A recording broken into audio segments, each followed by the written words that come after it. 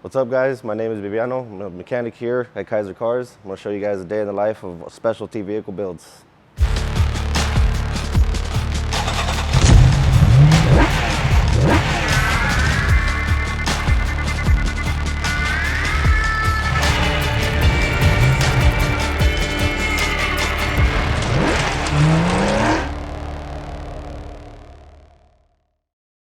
So today we're going to be working on this 1985 Mazda RX7 FB chassis.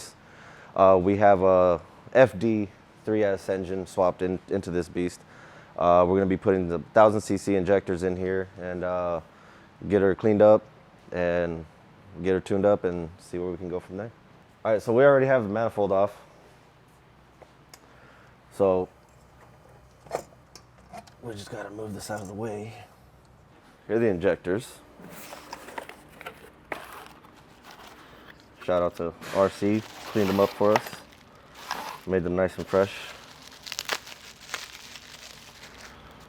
There they are, nice and pretty. So these injectors specifically, they got redone because the car was sitting for a while. We haven't had a chance to get it going, but now we do.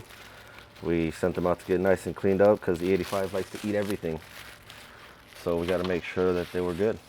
We don't want to just turn it up. You don't want these to go in dry because then they rip. And then you'll have a leak.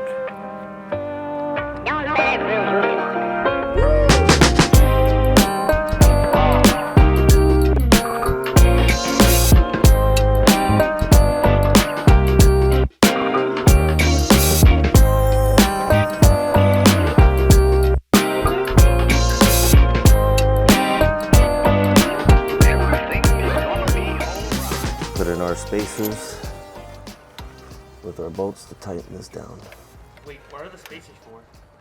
So you don't over tighten the injectors down. So it has to have like a specific space in between, right? So like it's tight enough for them not to pop out, not to leak, but not over tightened to where you can smash them. So it's not like a regular car where you could just push it straight in. You have to actually use these spacers? Well, normal cars are normally, even a regular standard Honda Civic has either a spacer or a washer or something that keeps it from you smashing that rail down on top of the injectors. Oh, that's what the fuel rail's for, right? The fuel rail is it's just to really make sure you don't over tighten the injectors down. Of course, because if you over tighten, what's like one of You the could break them.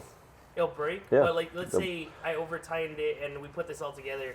Would it just spray a whole bunch of fuel? It would break the seals. It'll break the injectors themselves, so you'll basically just crush it. Oh dang. Yeah. What makes Rotary so much different than a regular engine? If somebody else didn't know what a Rotary was. Well, it doesn't run. It doesn't have regular pistons like a regular engine does. It has a Dorito, So right? it's yeah, it's basically, like a triangular shape. Each side acts like as if it's a piston. So when it goes up, combustion, it does the same thing on one side, combustion, and it spins, and then does the same thing over and over. So this would technically kind of like, if you wanted to compare it, the Rotary, this one specifically would be like a V6, if you will, because it has three sides, so there'll be six surfaces that it would combust, and so it's kind of like a V6, but very small. How many rotors are in this engine? Is this a two rotors. Is it two rotors? This is a two rotor. This is a 13B from a FD, from the FD RX7. So this is a modern engine in an older car. Oh, this one was a nightmare. So it kept breaking. Nothing worked. Everything we shot at it, and the turbo, for instance, got so it was out of balance. So we didn't notice. We were revving it at 10,000 RPMs until we got back to the shop and realized the turbo was glowing red, and it was smoking. You could see it through the housing right here, right? It was glowing red. So then we went with a bigger Borg Warner and broke more stuff. The alternator never wanted to charge. The transmission took a shit twice. I think we're gonna probably have to put a clutch in it soon because this motor rips. This thing is very powerful. When it is running, it is very, very powerful. I don't know how much horsepower able Tuned it. He said the last time it was tuned, it was about 500 horsepower to the wheel. What's up, Abel? Hey. Hey, so quick question for you, man. How Yes, much sir. horsepower did this thing put down to on the dyno to the wheels? Wasn't it close to 500 or 500? Yeah, I think that's what it was, right? So I'm getting the injectors in, so I don't know when you're gonna want to come down and give her a little tune-up. My question to you is, once I finish this up right now, can I fire it up, or should I just wait for you to tune her up a little bit? You can fire it up. It should fire it up. But remember, Bibiano, we had a ton of issues with that car. I couldn't get it to run right for the longest, and it's something with the firmware. That's why I'm gonna upgrade the firmware or the wiring. I had to disconnect 2 of the injectors, and then it ran fine. Yeah. So the very 2 last secondaries, don't hook those back up. Okay, so the Whichever ones were disconnected. primary 1 and primary 2. Yeah, and whatever said the third stage, don't connect those up. Okay. All right, I'll give you a call once it's set up. Today is Monday. If you want to go Tuesday or Wednesday, I'll let you know what day. I'll just show up early, and then we'll get to it. I'll make sure I'll upgrade the firmware, get it running real good, and we'll take it around the street. All right, Make for sure, man. Okay. For sure. Okay. See you soon, man. Okay. All right, so the primaries. We're gonna do the primary here. And we're gonna leave those 2. So this is just installing the manifold, the intake manifold. So this is obviously where the air flows in through. Here's your throttle body here, throttle cable. Yeah, that's what gives the motor life. Oh, Grab a tool.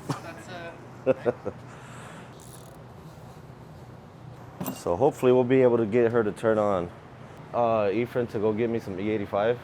Well, this one runs on E85. It burns cooler. It runs a little bit better, and it allows it to give out a little bit more horsepower. Just say, does it? It's just because for- it's making combustion. Like, isn't this like making heavier combustion? I guess with like apex seals and stuff. I don't know. It's more of a crash type thing. So like if you get into an accident or something, shit might leak, which can catch on fire when it's all externally exposed, you know? I mean, the way it is right now, obviously it won't catch fire, but in case of an accident, that's why it's right next to you on the driver's side. Mm-hmm. Every time you're about to race, you pull the pin and you just have it on standby. Yeah, that's what I love about this car. It is a complete sleeper. Like, if you hear it, yeah, you're gonna know.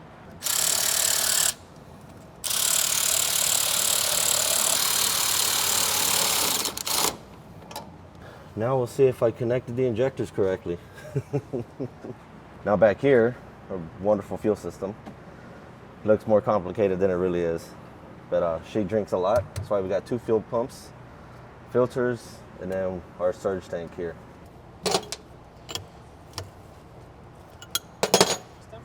Yeah, I'm pulling out the filters.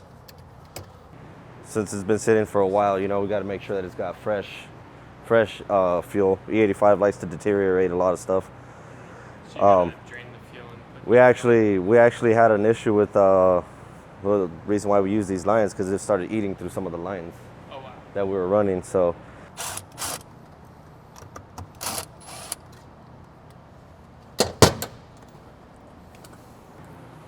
they have everything everywhere.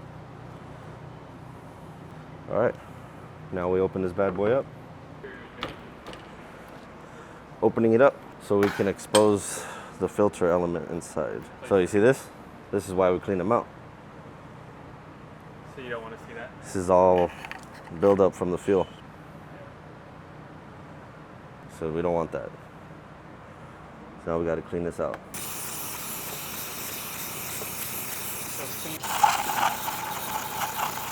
Wow, look at that. Still not even coming off.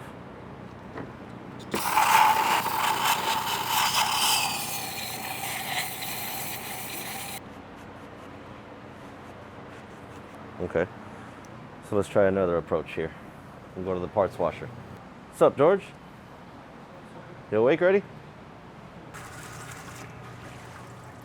See?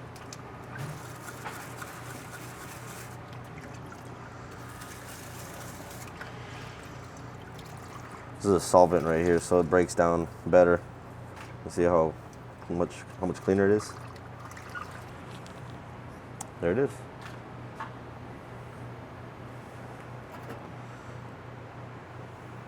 way cleaner. Now let's go bring the rest of it, clean it. Yeah, don't let car stuff sit. If you're on E85, empty out your gas tank. Eventually it'll just get all nasty. How long does E85 last in your tank before it gets contaminated? It really depends the exposure that the car has. So like if it's an outside exposure, then obviously it's gonna be fast, you know. If it's kept indoors like here, it takes longer, but then you'll have detonation, you'll have all kinds of problems with the car not wanting to start because... So you should like start it up like every... Like some of these cars that run E85, we kind of, what we do is we like to drain the E85 out of it and then put 91. Look.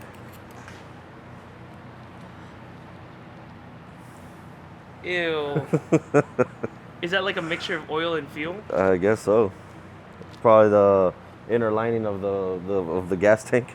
We actually did have to, we had to flush the system out multiple times because we got it coated, right? So there was a red coating that was inside that was keep it from rusting, right? So the E85 just gracefully ate it all, and we were getting pink fuel.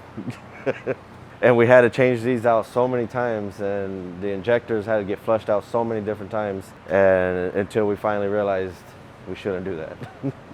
Yeah, we're gonna clean it up real nice, and then put some fresh fuel, and then try to give her a fire. You know how to neutralize brake fluid?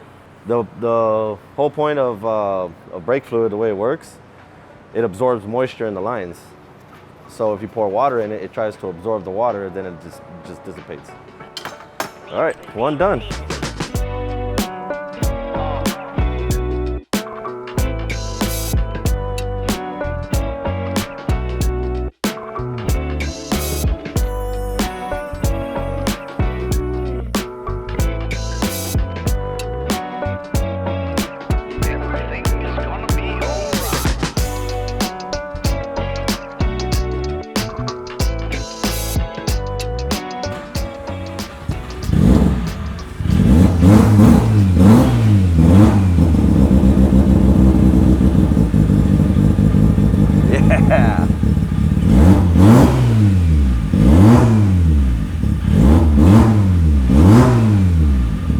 Got the Dorito going.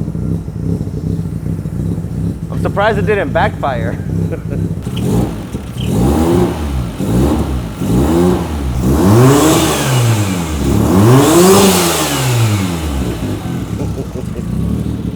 I haven't heard this car in a long time. Usually it backfires like, it sounds like a gunshot. Well, she's running on her own power. I make sure there's no leaks.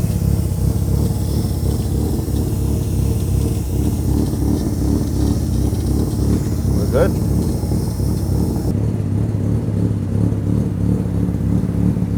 All right, guys. Well, that's gonna bring us up to speed with this car for today. We did the fuel filters, cleaned those up. We cleaned the surge tank. We got our fresh injectors up here, ready to go. She fired up nice and beautifully. Abel's gonna be here tomorrow. Give her a nice little tune-up just to make sure she's streetable. And then, yeah, we'll catch you guys then.